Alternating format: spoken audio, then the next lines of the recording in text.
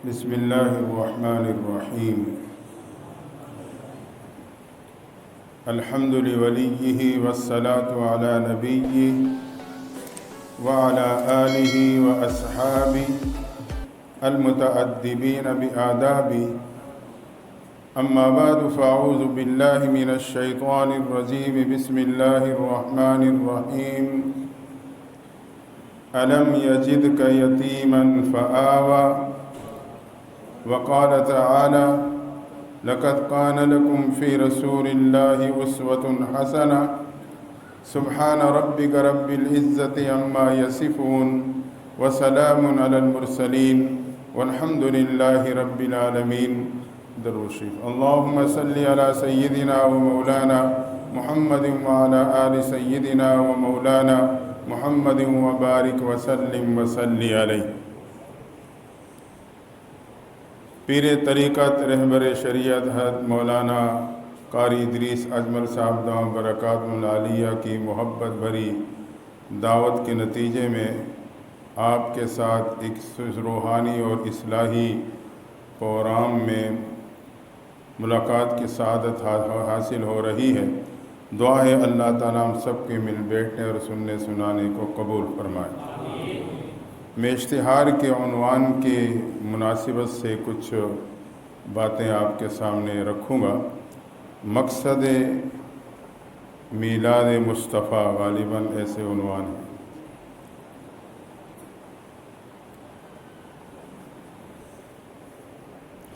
مکہ مکرمہ میں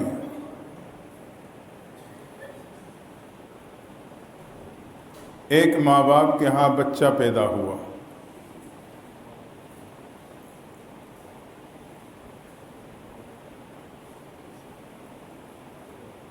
جس کے سر کے کچھ بال سفید تھے.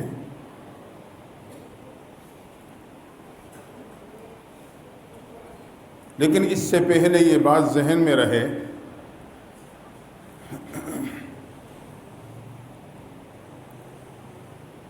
کہ اللہ تعالیٰ کی سنت یہ ہے جب کسی کو بڑے انعام سے نوازنا ہوتا ہے تو پہلے اسے ضرور آزماتا ہے.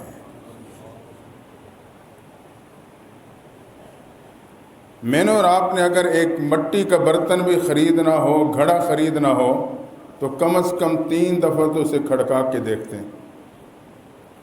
تربوز لینا ہو اسے بھی 3 دفعہ وہ ہاتھ لگا کے دیکھتے ہیں.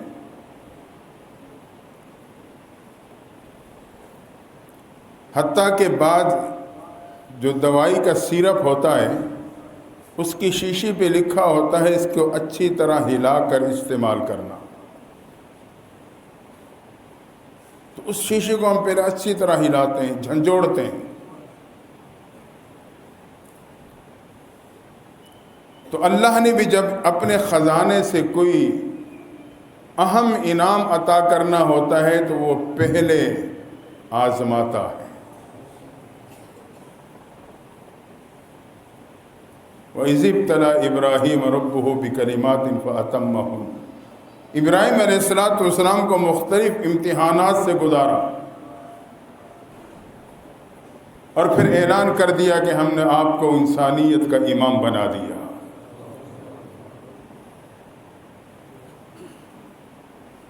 وَإِذَا مَسَّتْهُمُ الْبَأْسَاءُ وَالضَّرَّاءُ. ایسے آزمائے کہ وقت کے انبیاء پکار اٹھے کہ متی نصر اللہ، اللہ کی مدد کب آئے گی. اللہ نے اعلان کر دیا الا ان نصر اللہ قریب. تو یہ سنت اللہ ہے.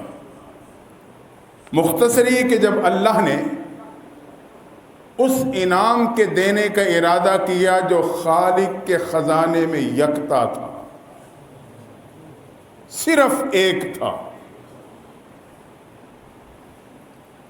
تو وہ انعام عطا کرنے سے پہلے اللہ تعالیٰ نے 3 شخصیات کو آزمایا ہے.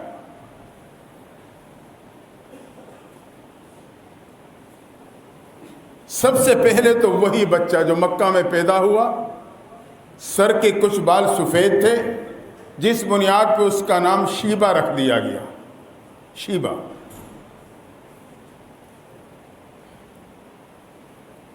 اللہ کی شان بچپن ہی میں باپ کے شفقت کا سایہ اٹھ گیا. آزمائش کا آغاز.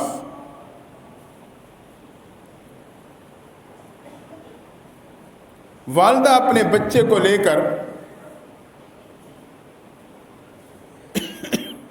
اپنے عزیزوں کے ہاں مدینہ منورہ منتقل ہو گئی.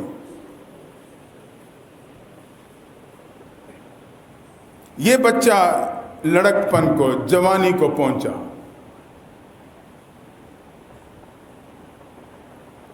ایک دن مکہ کا ایک شخص جس کا نام حارث تھا،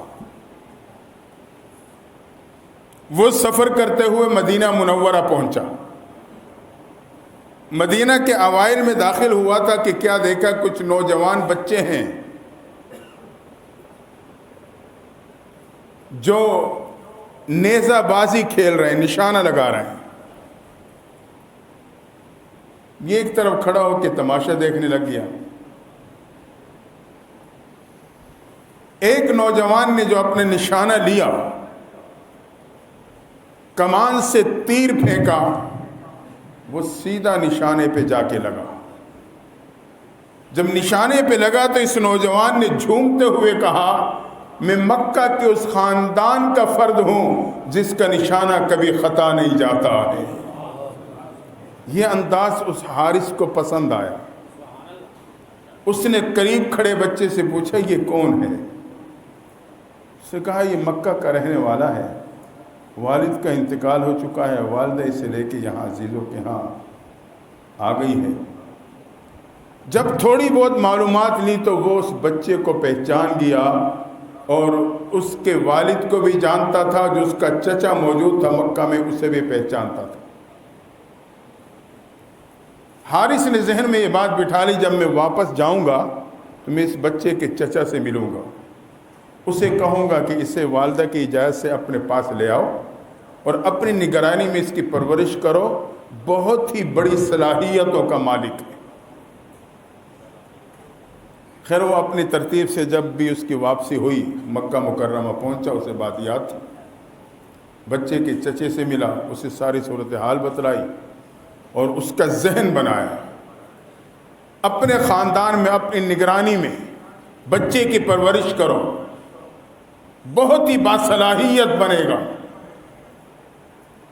ایک دن چچا نے سفر کا آغاز کیا، مکہ سے مدینہ منورہ پہنچا، بچے کی والدہ سے ملا، خاندان کے بڑوں سے ملا، اپنی بات رکھی کہ عورت ذات تو گھر میں تو نگرانی کر لیتی ہے، باہر تو نہیں کر سکتی.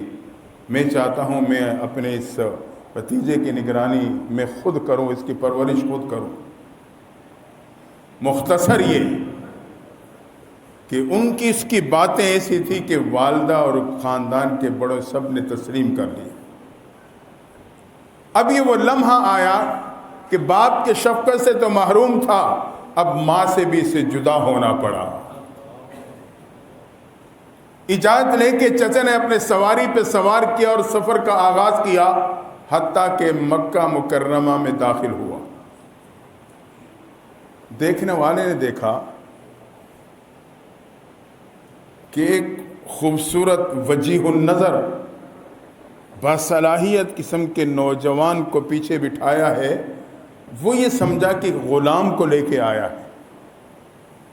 وہ حیران ہوا کہ ایسا وجیح النظر غلام باصلاحیت لگتا ہے. تو دیکھ کے کہنے لگا، واہ عبد المطلب. چچا کا نام مطلب تھا. کہنے لگا، واہ عبد المطلب، مطلب کے غلام تیرا کیا ہی کہنا.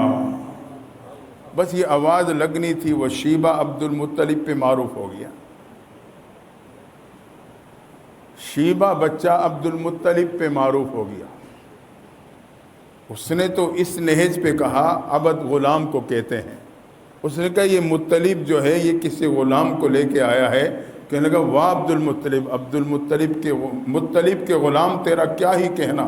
کیسا وجیح النظر باصلاحیت ہے. مختصر یہ کہ یہ شیبہ عبد المطلب کے نام پہ معروف چچا کی نگرانی میں پرورش ہوتی رہی. ایک وقت آیا اہل مکہ پانی کی قلت کی وجہ سے پریشان ہو گئے، زمین میں پانی نیچے چلا گیا، چشمے خشک ہونے لگے، مکہ اور مکہ کے اطراف میں رہنے والے لوگ بے قرار۔ اللہ کی شان، اسی ایام میں اللہ نے حضرت عبد المطلب کو، یہ وہ زمانہ تھا کہ زمزم کے چشمے کے نشانات مٹ چکے تھے، زمزم کا چشمہ بالکل نیچے دب چکا تھا، کسی کو معلوم نہ تھا کہ وہ چشمہ کہاں۔ اللہ نے ایسے ہی حالات میں عبد المطلب کو خواب میں زمزم کے چشمے کی نشاندہی فرما دی۔ عبد المطلب نے اسی نشاندہی کے مطابق اس جگہ کی کھدائی شروع کر دی۔ جو گزرتا ہے دیکھتا ہے، بھی نوجوان ہے، خواہ مخواہ کی کھدائی کر رہا ہے، کیا کر رہے ہو؟ میں زمزم کا چشمہ تلاش کروں۔ انہوں نے کہا بھائی یہ تو ناممکن سے کام کر رہے ہو، اسے گرمی میں لگے ہوئے ہو، گرمی میں لگے ہوئے اتنی محنت کرو، زمزم کے چشمے کا تو پتہ ہی نہیں۔ مختصر یہ کہ لگے رہے، حتیٰ کہ ایک دن دل میں بات آئی کہ اگر اللہ نے مجھے 10 بیٹے دیے نا تو ایک بیٹا اللہ کے نام پہ قربان کر دوں گا۔ بھئی میرے 10 بیٹے ہوں، میرے ساتھ دائیں بائیں کھڑے کام کر رہے ہوں تو کتنی آسانی ہو جائے گی۔ اللہ کی شان، ایک دن آیا کہ زمزم کا چشمہ زمین سے پھوٹ پڑا۔ زمزم کا چشمہ پھوٹنا تھا کہ مکہ اور اطراف میں بات پھیل گئی، لوگوں کی پانی کی ضرورت آسانی سے پوری ہونے لگی۔ اب جب لوگوں نے دیکھا اس نوجوان کے ہاتھ تو اتنا بڑا کارنامہ، تو تمام علاقے کے عمائدین جمع ہوئے اور عبد المطلب کو متفقہ طور پہ خانہ کعبہ کا متولی بنا دیا۔ آپ کعبہ کے متولی بن گئے۔ رب نے ایک مقام دینا تھا نا، آزمائش سے گزارتے ہوئے ملنے والا انعام بہت بڑا تھا۔ حتیٰ کہ ایک وہ وقت آئے کہ آپ کے بیٹوں کی تعداد 10 ہو گئی۔ آپ کو منت یاد آئی کہ رب 10 بیٹے دے گا، ایک قربان کر دوں گا۔ اس وقت جائز ترتیب تھی۔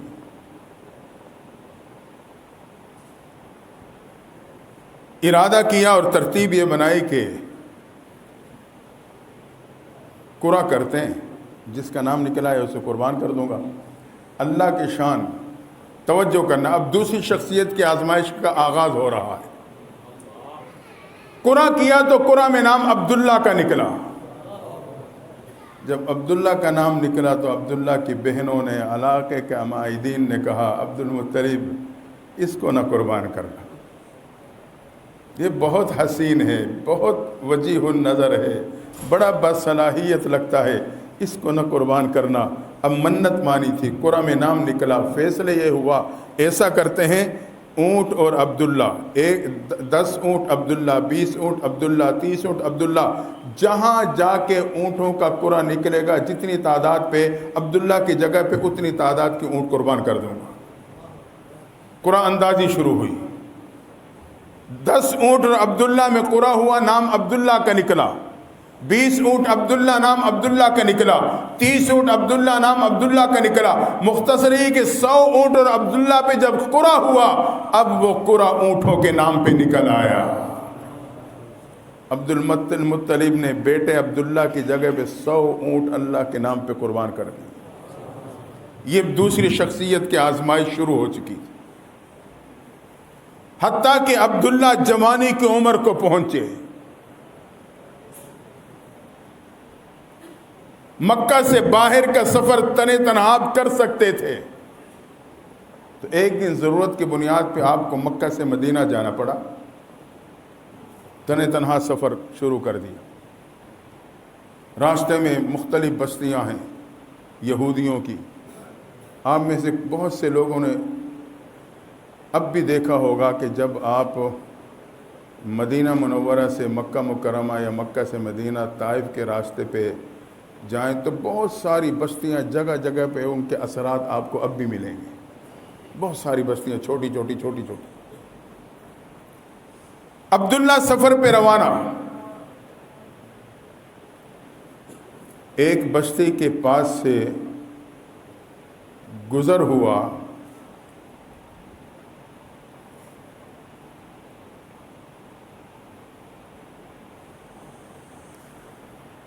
ایک یہودیوں کی عورت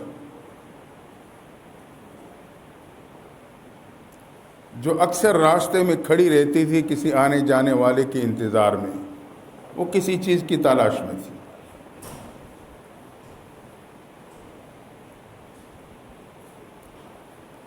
عبداللہ کا گزر ہو رہا ہے. اس خاتون نے قریب سے گزرتے ہوئے جب نوجوان کو دیکھا تو وہ جان گئی. جس چیز کی اسے تلاش تھی وہ اسے مل گئی. اس نے اس نوجوان کے پیشانی میں اس نور کو چمکتا ہوا پایا جو یہودیوں کی کتابوں میں نبی آخر الزمان کے آنے کی نشانیوں کے طور پہ موجود تھا.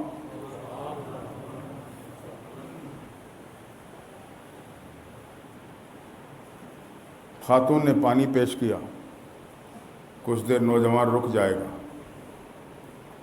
اور کہنے لگی کہ میں آپ کے نکاح میں آنا چاہتی ہوں. عبداللہ نے کہا کہ والدین کے بغیر میں یہ قدم نہیں اٹھا سکتا. اصرار کیا، ناکام رہی. اب چونکہ آزمائش تھی تو اس خاتون نے کہا اچھا مجھے نکاح میں مت لو لیکن ویسی ایک ملاپ کا موقع دے دو. عبداللہ نے کہا یہ تو میں سوچ ہی نہیں سکتا. سواری کو بھگایا اور سفر آگے بڑھتے ہوئے نکل گئے. یہ ایک آزمائش تھی جو رب کی طرف سے جھنجھوڑا گیا تھا.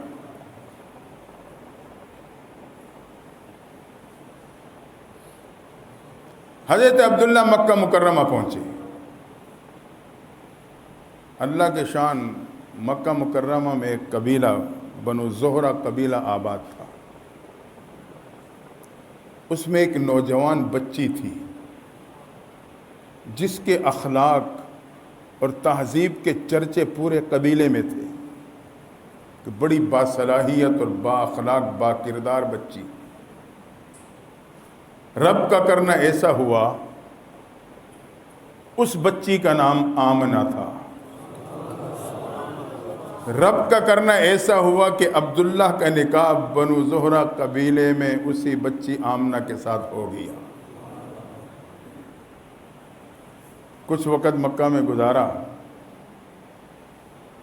مدینہ میں گزارا اور پھر مکے کا ارادہ کیا تو گھر والوں کو لے کے واپس آ رہے ہیں. اسی بستی کے پاس سے گزر ہوا تو وہ خاتون اپنے معمول کے مطابق آتی تھی، کھڑی رہتی تھی، اپنی ترتیب کے ساتھ وہ انتظار میں رہی. دیکھا کہ وہی نوجوان آ رہا. قریب آئی، چہرے پہ نظر ڈالتے ہی پیچھے ہٹی.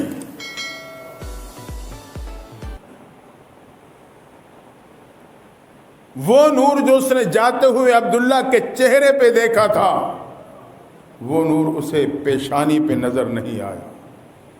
اسے کیا معلوم تھا وہ نور تو بی بی آمنہ کے پیٹ میں منتقل ہو چکا تھا.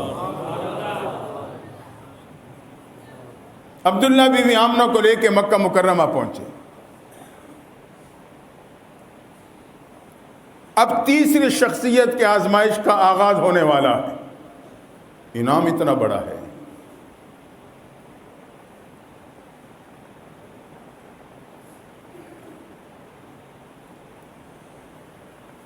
اصل میں یہودیوں کو اپنی کتابوں سے یہ بات معلوم ہو چکی تھی کہ جب نبی آخر الزمان کی آمد ہوگی تو آسمان پہ ایک سرخ رنگ کا ستارہ چمکے گا. وہ تاراش میں رہتے تھے، جائزہ لیتے رہتے تھے. اللہ کی شان وہ رات آ پہنچی. یہودیوں نے دیکھا کہ آسمان پہ ایک سرخ رنگ کا ستارہ طلوع ہے. یہودیوں میں کھلبلی مچ گئی، ہلچل پیدا ہو گئی. ستارہ بتاتا ہے نبی آخر الزمان کی آمد بالکل قریب.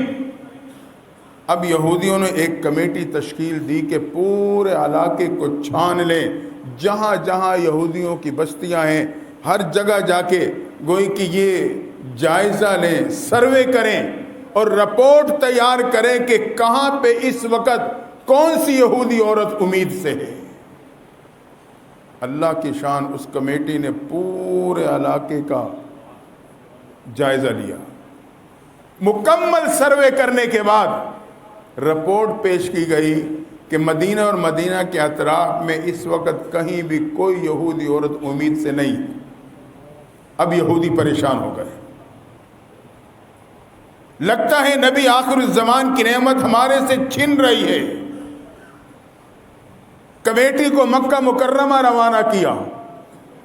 جب وہ مکہ آئے اور وہاں سروے کیا تو پتہ چلا عبداللہ کے گھر بی بی آمنہ کے ہاں بچہ ہونے والا ہے۔ اب یہودی سر پیٹ کے بیٹھ گئے کہ نبی آخر الزمان کی دولت بنو اسحاق سے بنو اسماعیل میں منتقل ہو گئی ہے، ہم اس سے محروم کر دیے گئے۔ وہ دن اور آج کا دن یہودی مسلمانوں کے خیر خواہ نہیں ہو سکے کہ اس نعمت سے ہم محروم ہو گئے۔ بنو اسحاق کے بجائے بنو اسماعیل میں نعمت منتقل ہو گئی۔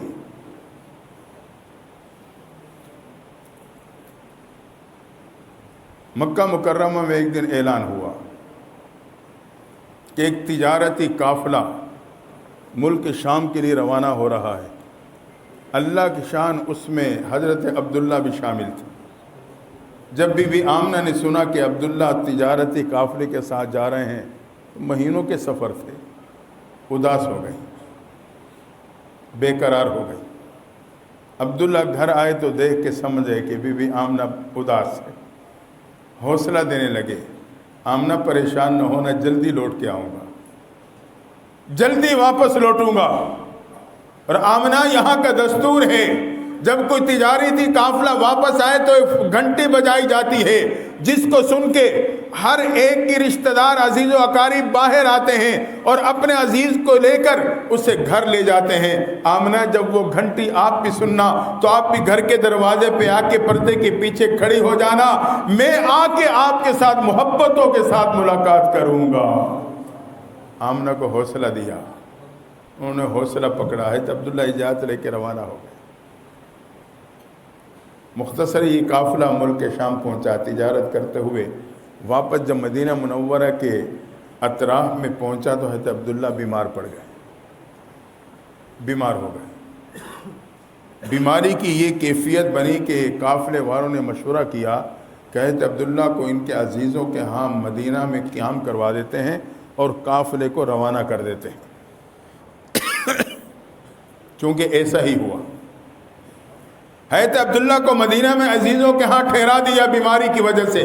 قافلہ مکہ مکرمہ پہنچا، گھنٹی بجی، ہر ایک اپنے عزیز کو، کسی کا والد ہے، کسی کا بیٹا ہے، کسی کا بھائی ہے، چچا اور ماموں ہیں، لینے کے لیے آئے۔ حتیٰ کہ بی بی آمنہ بھی دوڑ کر گھر کے باہر کے دروازے کے پاس پردے کے پیچھے سے انتظار میں کھڑی ہو گئی، میرا عبداللہ آئے گا، پیار و محبت سے ملاقات ہوگی، اس کے انتظار میں کھڑی ہیں۔ حتیٰ کہ ہر کوئی اپنے عزیز کو لے کے گھر پہنچا، لیکن عبداللہ گھر کے دروازے پہ نہ پہنچے۔ بی بی آمنہ اداس ہو گئی، اسی طرح واپس کمرے میں لوٹی۔ عزیز و اقارب کو پتہ چلا کہ عبداللہ بیمار ہو چکے ہیں اور مدینہ منورہ میں ٹھہرا دیا گیا۔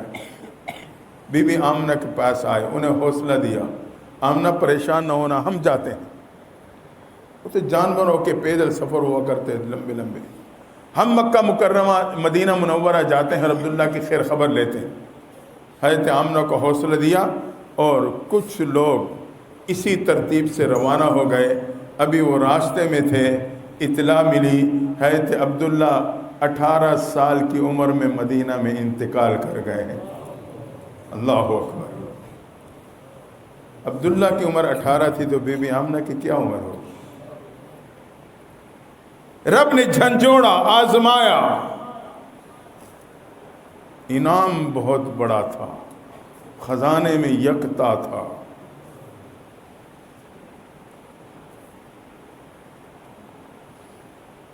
بی بی آمنہ کہتی ہیں کہ پہلے تو مجھے کوئی اندازہ نہیں تھا، لیکن عجیب عجیب حالات سامنے آ رہے تھے۔ راستے پہ چلتی تو درخت جھک جھک کے مجھے سلام کرتے،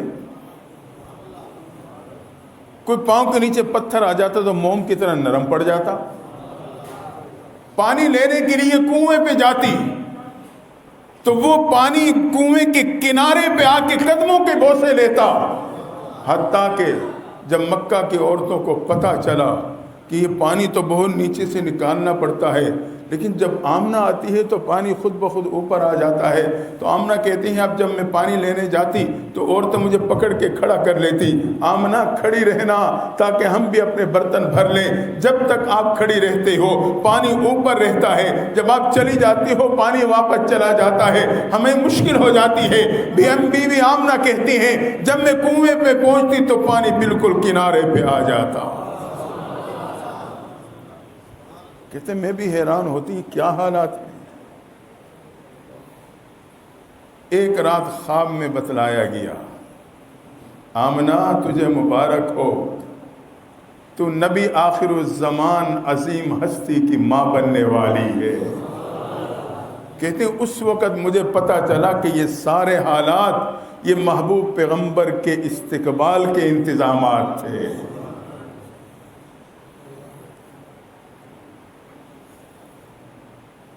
حتیٰ کہ وہ رات آ پہنچی جس کی صبح صادق کو محبوب نے دنیا میں تشریف لانا تھا۔ اب میں آپ کو محبوب کی میلاد کے مقاصد بتلاؤں گا۔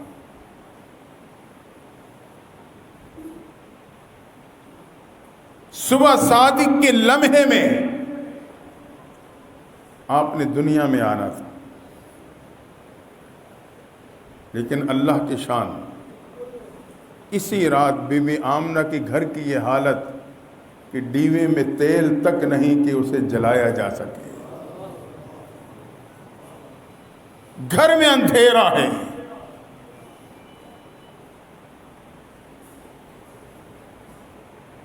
رب کی منشا یہ تھی، وہ اپنے بندوں کو بتانا چاہتا تھا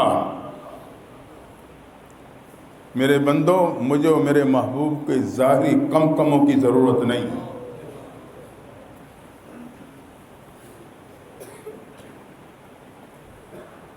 اگر رب چاہتا تو اس رات کو روشن کر دیتا، نہیں کیا، حتیٰ کہ اتفاق ایسے کہ ڈیوا تک نہیں جل سکتا، بتلا دیا کہ اس روشنی کی ضرورت نہیں۔ جیسے ہی نبی تشریف لائے بی بی آمنہ کے گھر کا کونا کونا روشن ہو گیا۔ میرے محبوب نے اپنی میلاد کا مقصد بتا دیا، میرے امتی